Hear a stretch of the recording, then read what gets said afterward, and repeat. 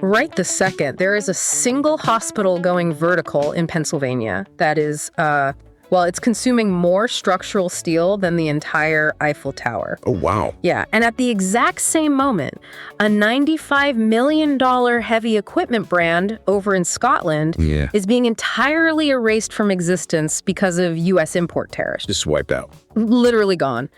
And, if that wasn't enough whiplash for one morning, 50,000 minority-owned contractors are currently caught in this massive administrative holding pattern, fighting just to maintain their operational access to, $1.2 trillion in federal infrastructure funds. I mean, we are looking at an industry experiencing extreme market polarity right now. Exactly. On one side of the ledger, you have this unprecedented historic capital deployment. But then on the other side, you have these localized choke points that are just completely suffocating everyday operations. Welcome to today's deep dive right here on Scaling Legends. Whether you're a construction business owner, a project manager, or, just an industry learner, our mission today is to cut through the deafening noise of this March 2026 landscape. There was a lot of noise. So much noise. We are digging into some incredibly comprehensive daily market intelligence to really extract the operational advantages that are hiding inside all this chaos. Because survival in this specific market, it isn't about just working more hours anymore. Right. It is about understanding the underlying mechanics of these shifts. So today, we're going to trace the causal lines between shifting global economics, localized regulatory friction, and the specific technological pivots required to scale a construction business without collapsing under the weight of admin work. Okay, let's unpack this and jump straight into the physical reality of the equipment yard, because I feel like that is where the margin squeeze usually hits a contractor first. Always. So, Volvo Construction Equipment just announced they are permanently closing the Rokbak articulated hauler business based in Scotland. Production stops completely by Q3 of this year, and they are explicitly citing rising costs and U.S. tariff pressures as the catalyst. Right. To me, this is like watching the canary in the coal mine, but the canary is a multi-million-dollar heavy machinery brand. A major OEM doesn't just shutter a brand pulling in 1 billion Swedish krona without running some very dark long-term math. Well, what's fascinating here is that the math is entirely based on market density and margin buffers. Rokbak held about a 2.1% market share in the U.S. Which is tiny. Exactly. It translates to roughly 40 units sold. When a manufacturer operates on razor-thin margins with that small of a footprint in the world's largest construction market, they just lack the operational elasticity to absorb sudden import cost spikes. Yeah, that makes sense. And according to Smart Business Automator's market intelligence report, the overall market for articulated dump trucks actually shrank by 7.8% in 2025 anyway. Ouch. Right. So you have a shrinking total addressable market colliding with skyrocketing landed costs. The financial physics just simply break down. But let's look at the contractor who has a pair of Rokbak RA40s sitting on their job site right now. They're probably sweating. Oh, for sure. For the contractor who owns one, what does this actually mean for them tomorrow morning? Do they just have multi-ton paperweights? Well, no. Because Volvo says the aftermarket support team remains in place, so parts are technically available. But the real casualty here isn't the mechanics, is it? It's the fleet equity. That is exactly the hidden mechanism that damages the contractor. Heavy equipment relies so heavily on predictable depreciation curves. Right. If you plan your capital expenditures around, say, a 5-year trade-in cycle, and suddenly the brand is orphaned, the residual value calculation that your bank or your dealer uses is thrown completely out the window. Wow. Yeah, your borrowing power against that fleet just took a really unpredictable hit. Furthermore, this creates a market vacuum. Competitors like Cat, Deere, and Bell are just going to absorb that 2.1% share, which subtly consolidates their pricing power. It's a domino effect. Exactly. This is the tangible manifestation of how macro tariff environments just increase baseline costs for the end user. So we have physical capital getting squeezed. Let's pivot to liquid capital, because the second major shift happening today is entirely administrative. This is a big one. We are seeing a massive compliance pivot regarding the new federal rollback of DEI and DBE rules. 50,000 minority-owned firms are now required to completely resubmit their disadvantaged business enterprise applications. 50,000. Yeah. And the 10% national DBE goal has been suspended, which directly implicates how $1.2 trillion in bipartisan infrastructure law funding is dispersed. If we connect this to the bigger picture, the critical thing to understand here is the friction between policy implementation and operational cash flow. Okay. We're just looking at the mechanics here. When a national goal is suspended, prime contractors are forced to immediately halt and recalculate their compliance formulas to ensure they aren't in breach of newly interpreted guidelines. Yeah. This inherently creates a cash drag. For instance, Bush Companies in Minnesota is already reporting a $670,000 revenue deficit simply because the state dropped an 8.6% minority goal on a $1.8 billion bridge project. Man. Yeah, the primes pause and the subs are caught in the mathematical crossfire. Let me push back on the severity of that for a second, though. Are we looking at a complete halt of public works across the country, or is this just a massive administrative bottleneck? Right. Because, if I'm a $5 million subcontractor, I can usually float a minor delay in a draw request. You might float a week, but you cannot float a quarter. Fair point. We are seeing New York City actively freeze $18 billion in transit projects, specifically to review their DBE practices. North Carolina has instituted a 60-day recertification window. 60 days. Yeah, and Texas is reportedly still processing submissions filed back in October of 2025. Wow. The mechanism here is that regulatory freezes act as an oxygen cutoff to a project. A contractor can value engineer a lumber package to save money, but they cannot value engineer cash flow.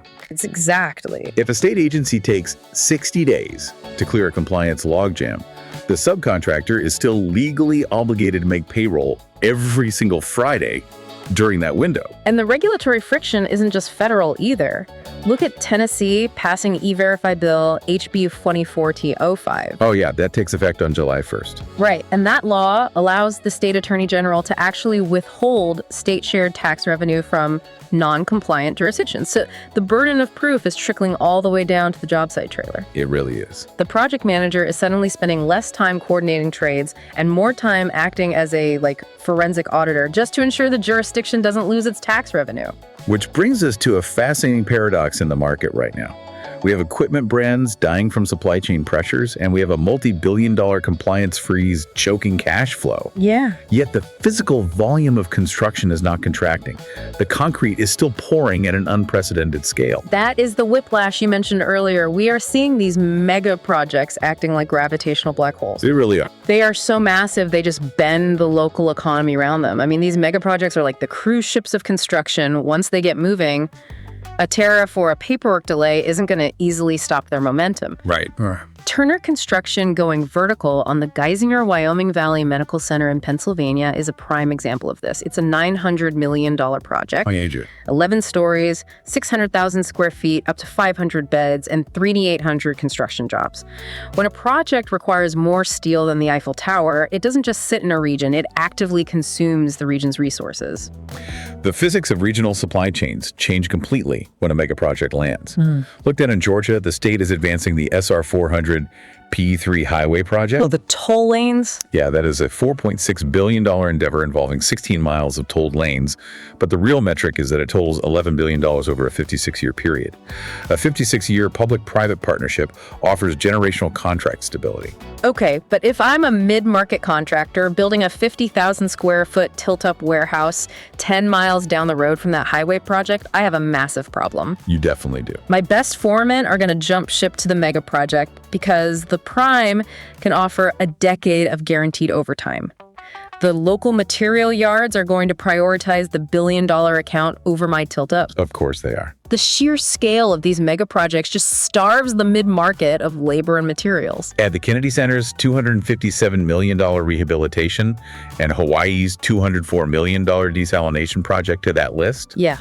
The momentum of these massive capital deployments cannot be easily stopped by a tariff fluctuation or a 60-day paperwork delay. But for the mid-sized contractor caught in their wake, operating with anything less than absolute, mathematical efficiency is no longer viable. You just can't do it. You simply do not have the margin of error to survive a lost invoice or a schedule clash when you're competing for the scraps of labor left behind by a $4.6 billion highway project. Which pulls us directly into the tech squeeze play. Because here's where it gets really interesting. Let's hear it. To navigate the tariff costs, survive the compliance-induced cash drag, and compete in the shadow of these mega projects, contractors are basically being forced to automate. They have no choice. Look at the consolidation in the software space right now. CompanyCam just reached a $2 billion valuation and acquired Beam Finance. Which is a massive move. It is. They are taking a platform originally designed for snapping job site photos and aggressively merging it with AI-driven estimating, invoicing, and payments. The mechanism they are attacking there is operational friction.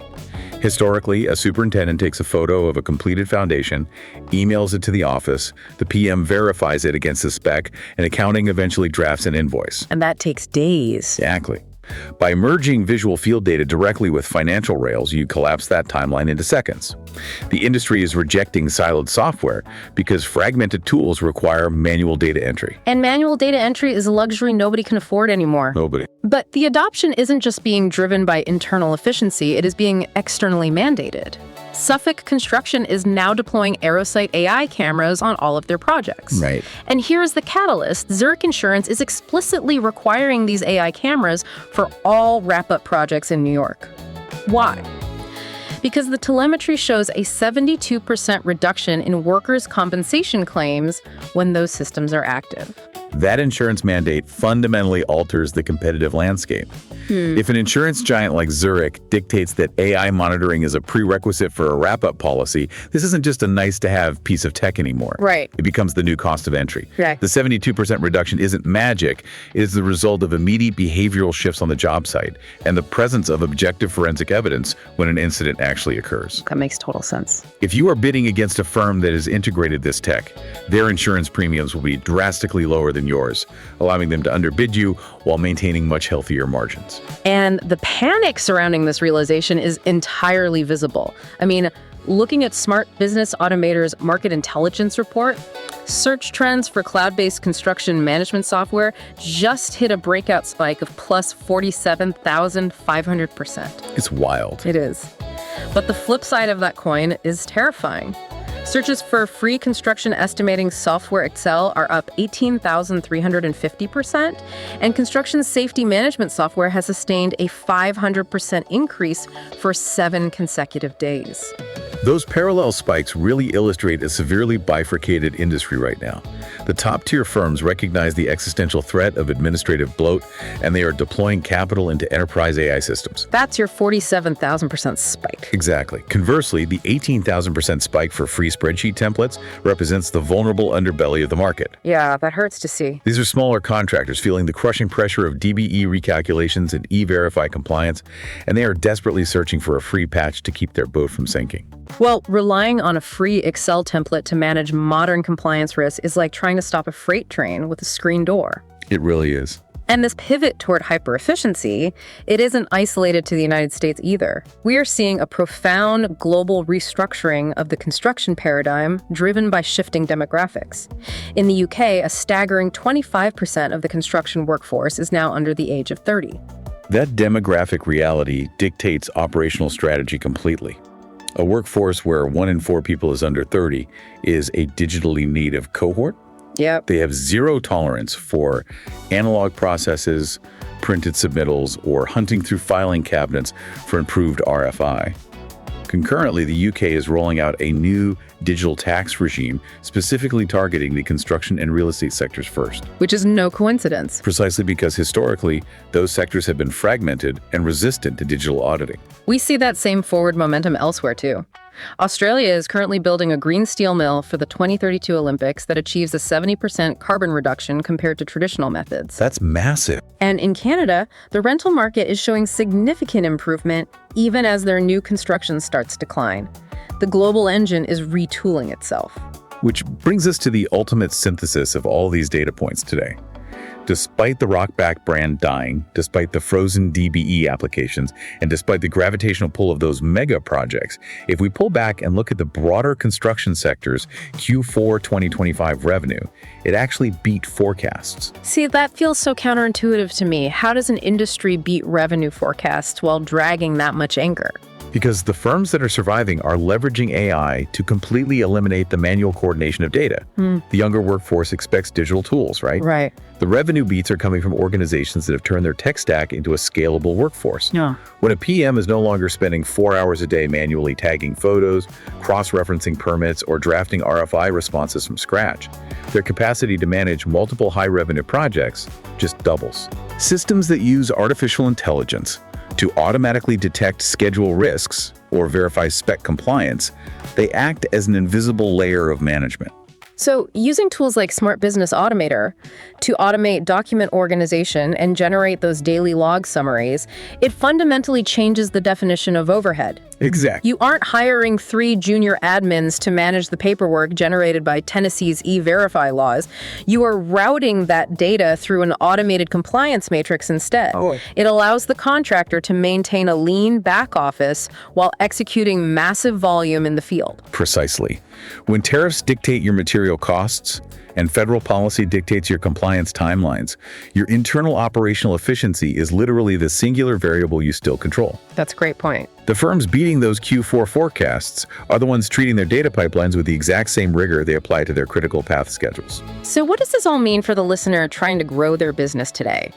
We've mapped out a landscape where multi-million-dollar brands vanish overnight, billion-dollar public funds get log-jammed in bureaucracy, and insurance giants mandate artificial intelligence just to step foot on a site. This creates a critical strategic question for you to analyze within your own organization right now. If artificial intelligence can now handle schedule risk detection, spec compliance, and draft RFI responses, all the traditional busy work of the industry, how does the role of the project manager change in the next 5 years? That is the big question. Do they transition from being task jugglers to high-level strategic data analysts? And more importantly, is your current roster culturally prepared for that evolution? That is definitely something to chew on. Well, if you enjoyed this deep dive, please subscribe, rate, and review on your preferred podcast platform. Share this episode with one contractor friend or colleague who really needs to hear this today. And to see how you can scale your own operations without drowning in paperwork, visit smartbusinessautomator.com. Thanks for joining us, and we'll catch you on the next deep dive.